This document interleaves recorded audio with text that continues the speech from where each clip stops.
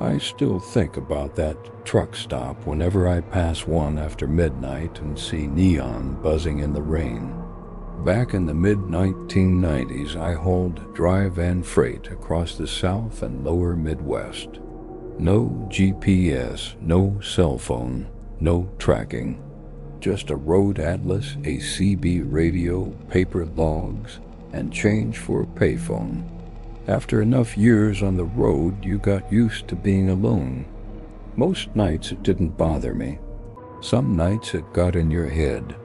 This happened in November 1996. I was heading west on I-40 with a load of boxed appliances going to Oklahoma City. I had lost time near Little Rock after a wreck backed traffic up for miles. By the time I reached eastern Oklahoma, I was tired. Tired in that dangerous way where everything outside the windshield starts to feel unreal. I wasn't falling asleep, but I could feel myself making worse decisions. That's why I took the exit. The sign didn't look official. It wasn't one of the bright blue highway signs. It was a small board with half the bulbs burned out. It said diesel food, showers with an arrow pointing into the dark. No town name. No truck stop name I knew. Just the arrow. I should have stayed on the interstate and found a busier place. I knew that even then, but my fuel was lower than I liked. I needed coffee, and I had that dull ache behind my eyes that told me I needed a break. The road led past scrub trees and a junkyard before the truck stop came into view. The sign out front said Kelly's Travel Plaza, though a couple of letters were out and the red neon around it flickered weakly. The first thing that felt wrong was how empty it was. A real truck stop that late should have had engines idling, doors slamming, people walking in and out. This place had maybe 6 trucks. I fueled up first.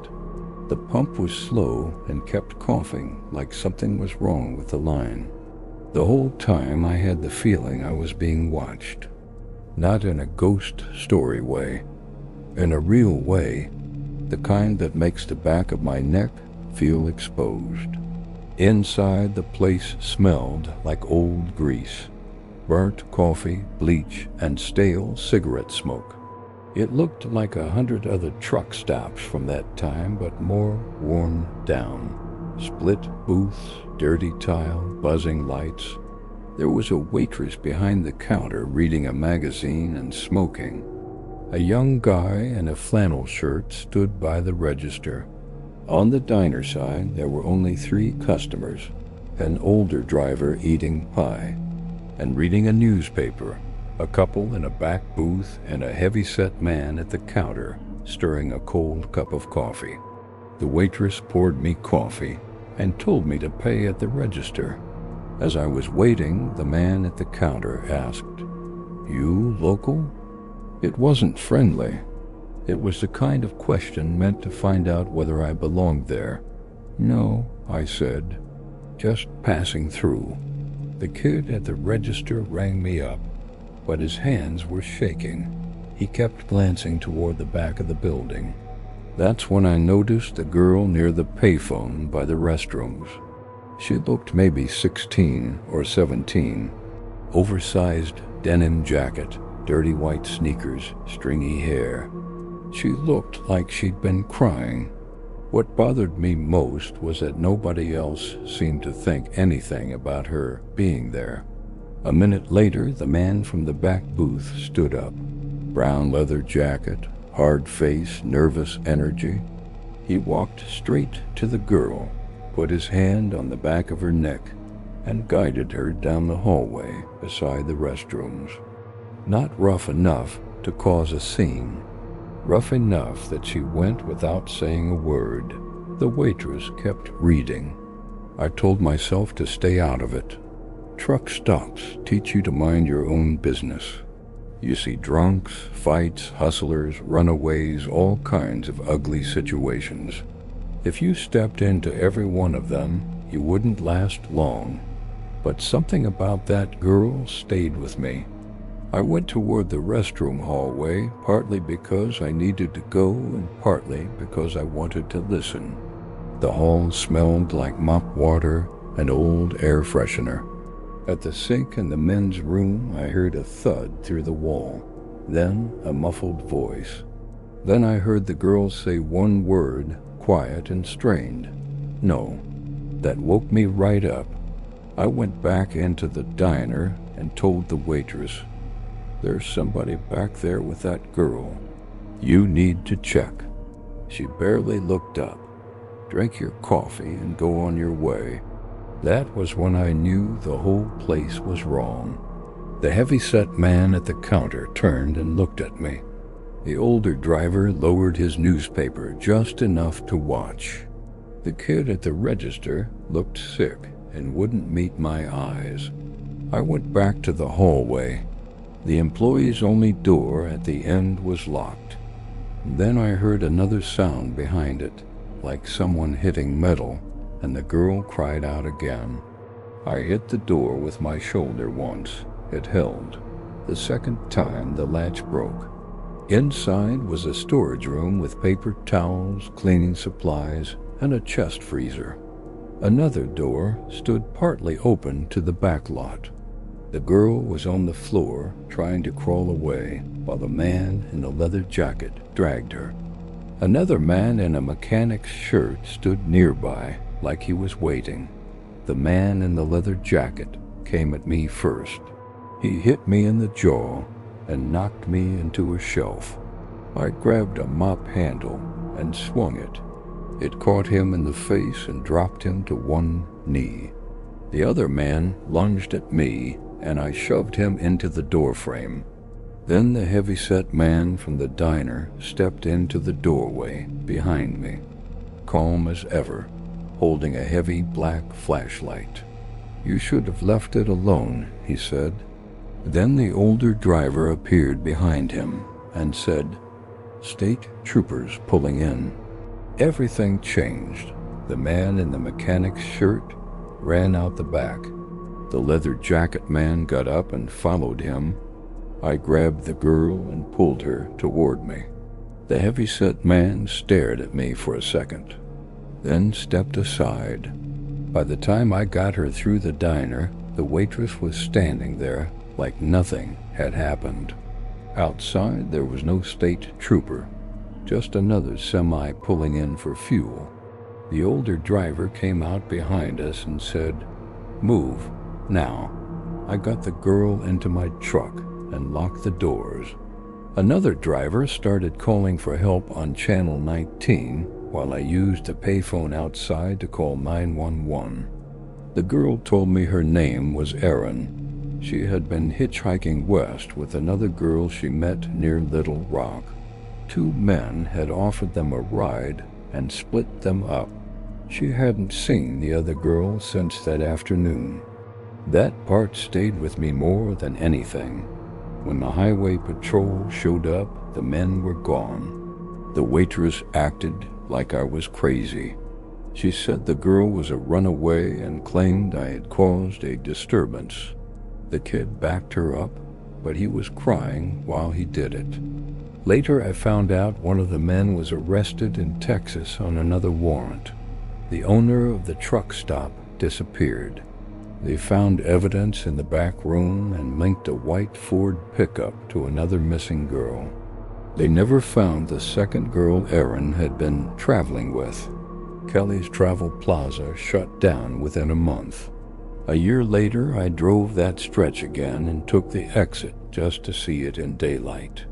The sign was gone, windows boarded up, weeds growing through the cracks. What still bothers me isn't just what almost happened in that back room. It's how normal the place looked from the road. Diesel, food, showers, bad coffee, under a flickering sign. You spend enough time on the highway, you learn that the worst places don't always look dangerous from the outside. Sometimes they look ordinary, and that's what makes them hard to forget.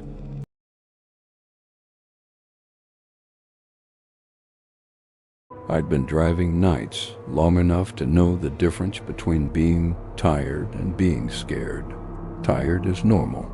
Tired is the steady hum of the tires, yellow lines blurring, and coffee turning sour around 2 in the morning. Fear is something else. Fear is when your hands tighten on the wheel for no clear reason.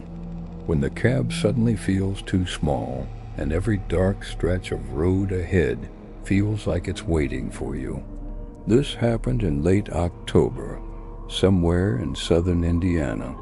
I was hauling frozen food eastbound in a reefer, trying to make up time after a 4-hour delay. Cold, empty night, clouds hung low. Almost no traffic, just occasional taillights far ahead. No truck stops for miles. I remembered checking the clock on the dash. It read 2:17 a.m. Something about it felt wrong. The CB was turned down low, mostly static. Heater on to keep the windshield clear. Everything in the cab felt familiar. The rattle, the air freshener, receipts sliding, a drive you do half on instinct. Then I saw the woman. She was standing on the shoulder about a quarter mile ahead, just inside my high beams. That alone was strange. Middle of nowhere. No broken down car, no lights, no houses nearby. Just a woman standing perfectly still beside the tree line. As I got closer, I eased off the throttle. She was wearing something pale, maybe a dress or nightgown. Her hair looked dark and wet, hanging around her face. She wasn't waving for help. She wasn't moving at all, just stood there with her head tilted down. My first thought was, this is bad. Either she's hurt, or this is some kind of setup. Truckers hear stories. People trying to get drivers to stop, carjackings, robberies worse. So I moved a little farther into the left lane to give her space, and I reached for the CB mic. Anybody eastbound near mile marker 143?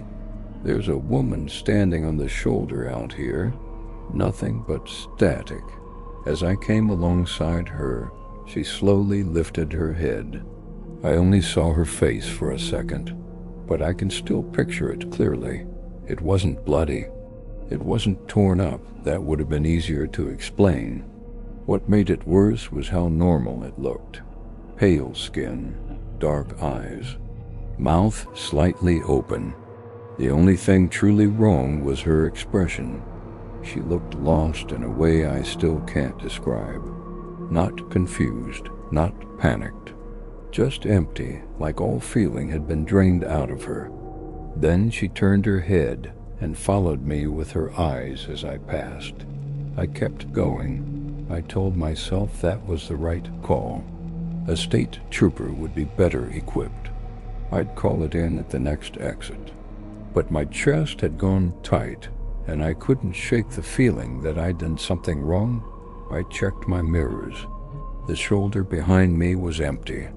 No woman, no pale dress, nothing. I stared harder, thinking maybe she had stepped back into the trees, but there was no movement, no sign. I looked at the clock again. 2:17 a.m., I actually said, no, out loud. For a second, I thought the truck's clock had frozen, but the radio display was glowing, the reefer unit cycling. The reefer unit cycling? Everything else was working. A few miles later, I saw signs for a rest area and decided I needed to stop, not because I believed in ghosts. I didn't. I just needed bright lights, a bathroom, and maybe another person. The rest area was almost empty. 2 cars, 1 pickup, and an old flatbed parked far at the end. I backed into a spot, set the brakes, and sat there for a minute with both hands still on the wheel. The clock changed to 2:18. I don't know why that bothered me more than anything else, but it did. Inside the building, vending machines hummed. Fluorescent lights flickered. Nobody at the sinks, nobody in the stalls. Just me and the sound of my boots on the tile. I splashed water on my face and told myself I was tired, that I'd seen a stranded woman and then lost sight of her in the mirrors. That was all. When I came back outside, someone was standing by my truck, not close to the driver's door, not trying to get in, just standing by the passenger side with one hand resting flat against the sleeper. The same woman. Under the parking lot lights, she looked even worse. Her dress wasn't white, but faded gray, stained dark. Her hair hung in wet strings. Her bare feet were black underneath. She was staring at the side of my truck. Every part of me locked up. I shouted, "Hey!" She turned slowly. That same pale face, that same empty expression. But this time her eyes weren't focused on me. They were aimed just past me, like she was looking at something standing over my shoulder. I took a step back. She lifted her hand from the truck, and I saw a wet handprint left on the metal. It looked almost black. Then a voice spoke behind me. "You see her too?" I spun around so fast I nearly slipped. An older trucker stood near the entrance, heavy-set, wearing a denim jacket. He looked tired more than frightened, which somehow scared me even more. When I turned back, the woman was gone. I asked him where she went. He gave a small shrug. "She does that." I walked toward him, my arms and back suddenly cold. "What are you talking about?" He took a drag and nodded toward the highway. "Girl got killed out here years ago. Car went off the road in winter, ended up in the creek. They say she climbed up in the dark looking for help, knocked on truck doors, banged on windows. Nobody stopped." I just stared at him. He pointed with a cigarette toward the passenger side of my rig. "She likes trucks, mostly reefers for some reason. Maybe one was the last thing she saw." I told him that wasn't funny. He didn't smile. Didn't say it was. I wanted to leave right then, but I also didn't want to get back in the truck. He must have seen that, because he said, "Check your passenger seat before you pull out." I asked him why. He looked at me for a long moment, then dropped the cigarette and crushed it under his boot. "Because sometimes she doesn't stay outside." Then he walked off toward the far end of the lot. I stood there for another minute, trying to decide whether I'd just been messed with by some local creep. Finally, I went back to the truck, unlocked the door, and climbed in fast, slamming it shut behind me. The cab was empty. Of course it was empty. I almost laughed from relief. I started the engine, checked my mirrors, released the brakes, and pulled back onto the highway. For the next 10 miles, nothing happened. I started to feel stupid. The road was dry. The truck sounded fine. The heater hummed. I even turned the radio up a little just to break the silence. Then I smelled pond water. That's the only way I can describe it. Not just something damp. It smelled like dead leaves, mud, and cold, stagnant water, like the inside of a flooded ditch. It came on all at once, strong enough to overpower the smells of coffee, diesel, and old upholstery. I looked at the passenger seat, empty.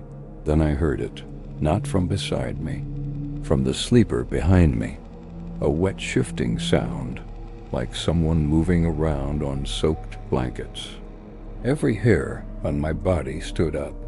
I kept both hands on the wheel because I was afraid that if I turned too fast, I'd lose control of the rig. My mouth had gone dry. I could hear my own heartbeat.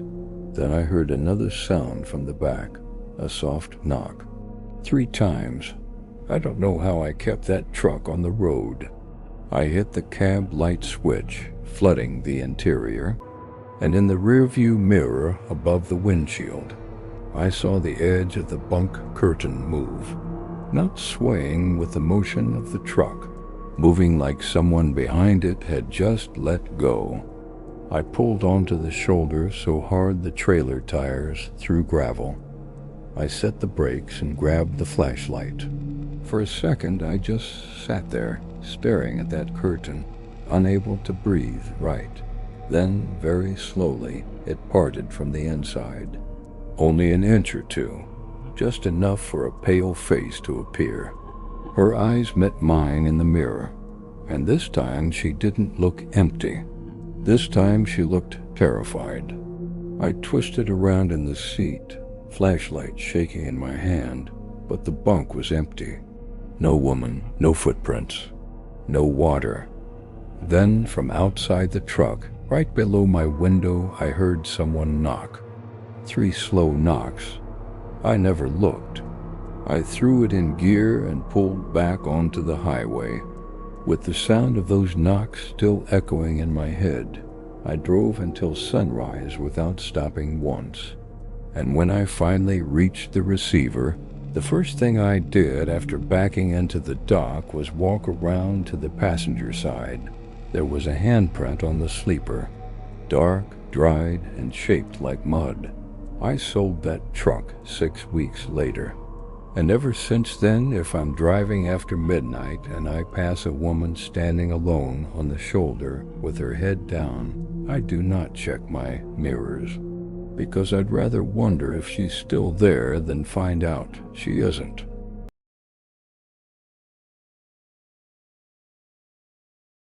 It was late November back in 2003, somewhere in western Kentucky.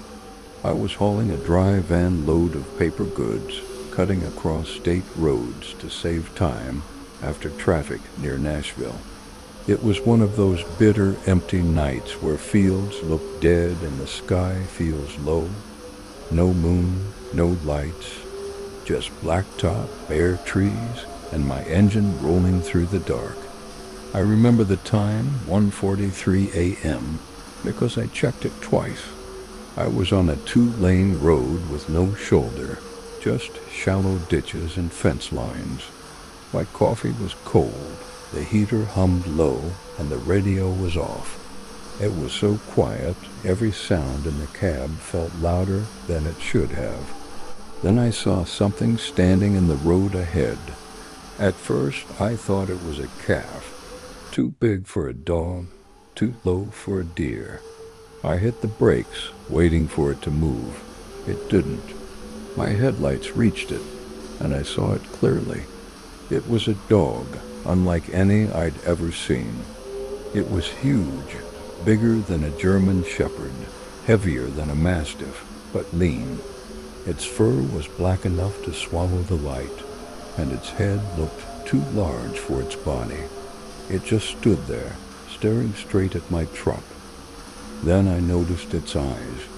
They weren't reflecting yellow or green. They looked pale, almost white. I laid on the air horn. Any normal animal would have bolted. This thing didn't even flinch. It just kept staring as I rolled closer. Then, at the last second, it stepped off the road. Not hurried, not startled, calm. It moved into the ditch on the passenger side and disappeared into the dark. I sat there another second, hands tied on the wheel, feeling stupid for how badly that it rattled me. Then I let the truck roll forward again.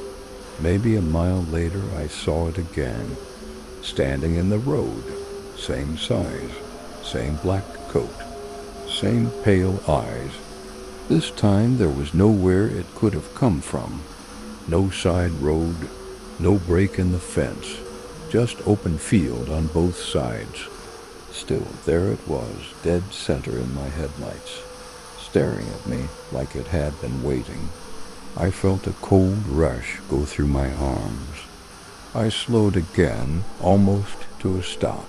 The dog stood there for a few seconds, then turned its head slightly, like it was listening to something off in the distance. After that, it stepped off the road again and vanished into the dark. I actually laughed once, but there was no humor in it. I told myself it had to be a different dog. Maybe somebody nearby owned 2 big black dogs. Maybe I was more tired than I thought. Then I checked the clock. 1:43 a.m. I stared at it for a full 3 seconds. The seconds on the dash were moving. The engine sounded normal. The gauges were fine.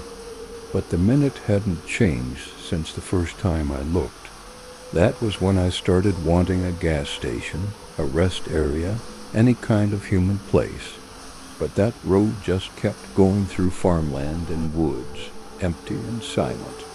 I started watching my mirrors more than the road ahead. Bad idea. A few minutes later, I glanced at the passenger side mirror and saw something keeping pace with the trailer in the ditch. For a second I couldn't process it, then my stomach dropped. It was the dog, running beside me, not struggling to keep up, not bounding like a normal animal, just gliding along in those long, silent strides, head level, eyes turned toward the cab. I was doing close to 50, and it looked effortless for it. I jerked my eyes back to the windshield and hit the throttle. The engine growled, the truck surged, and I told myself not to look again. I looked anyway, still there.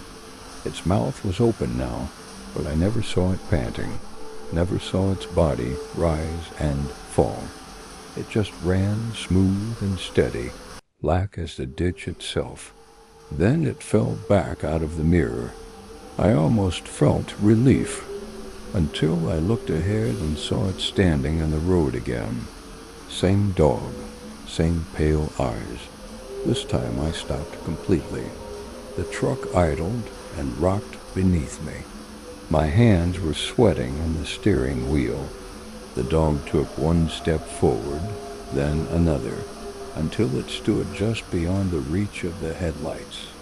I could still see the shape of it, but only barely, like the dark itself had grown a body. Then it raised its head and let out a sound. It wasn't a bark, it wasn't a howl. It sounded almost human, long, low, and broken, like grief coming from something that had forgotten how to be alive. I threw the truck into gear and drove. I don't remember much about the next 20 minutes except the road shaking under me and every shadow at the tree line looking wrong. Eventually I found a truck stop off a highway junction and pulled in so fast I nearly missed the entrance. The lot was bright and half full. I parked under a light and sat there breathing hard, staring out at other trucks, other people, anything normal. Then I looked down at my hood through the windshield. There were muddy prints across it. Not boot prints, paw prints. Big ones.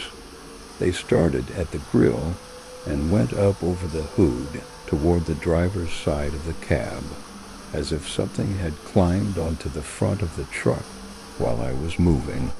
I never took that shortcut again. And even now, if I'm driving a back road after midnight and I see something black standing too still in my headlights, I don't slow down enough to get a better look, because I still don't know whether it was following me or leading me somewhere.